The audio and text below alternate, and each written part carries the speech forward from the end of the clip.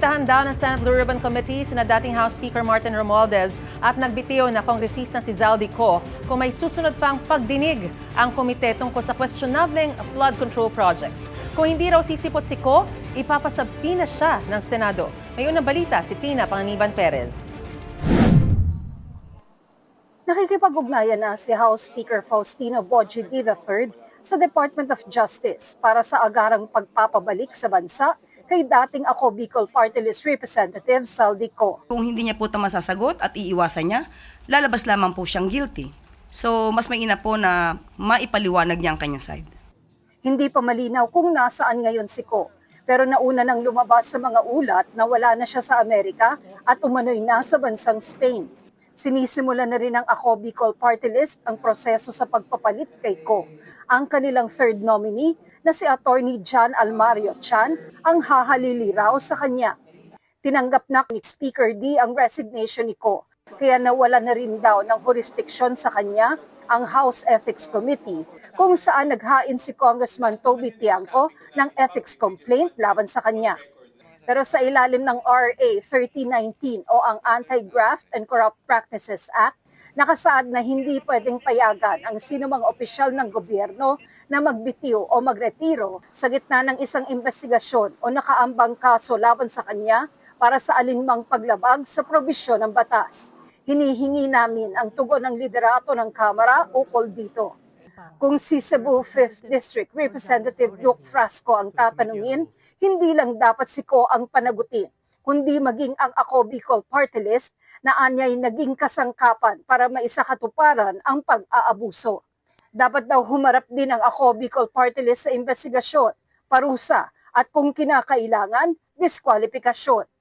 Sabi naman ni Ako Bicol Party List Representative Alfredo Garbin Jr., bagamat hindi nagiging panangga ang resignation, nananatili anyang walang bahid ang Ako Bicol Party List.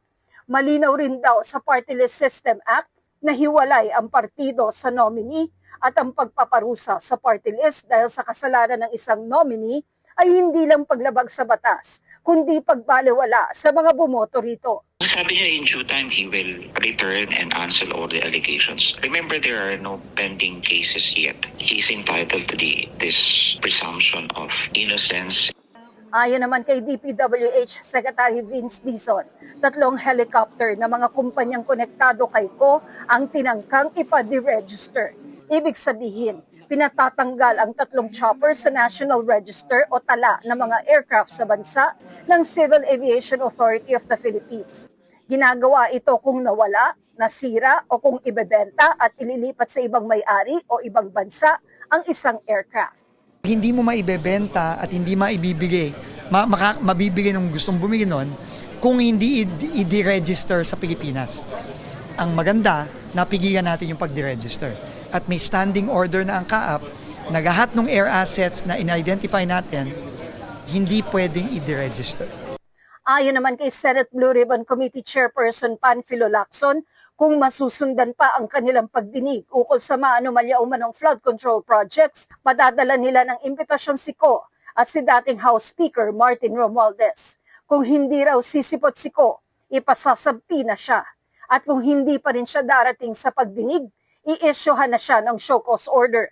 Kundi magiging sapat ang kanyang dahilan, maaari raw i-cite in contempt si Co at pa-issuehan ng arrest order.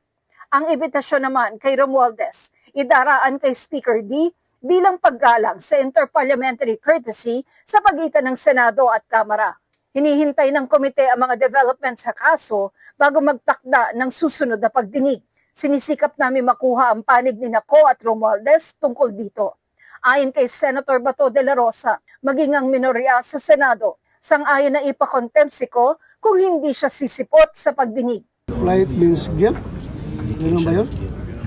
Oo, kasi kung inosente ka, you have to fight for your innocence before anybody, any particular investigating agency.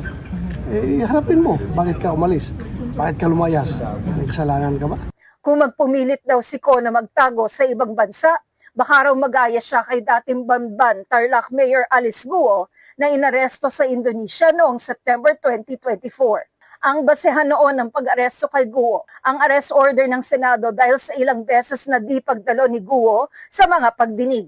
Wala pang warrant noon para sa iba pang mga kasong kinakaharap ni Guo kaugnay sa mga pogo. Arrest order coming from the Senate, not from the court, that compelled her to be delivered back to the Philippines.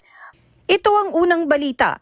Tina Panganiban Perez para sa GMA Integrated News.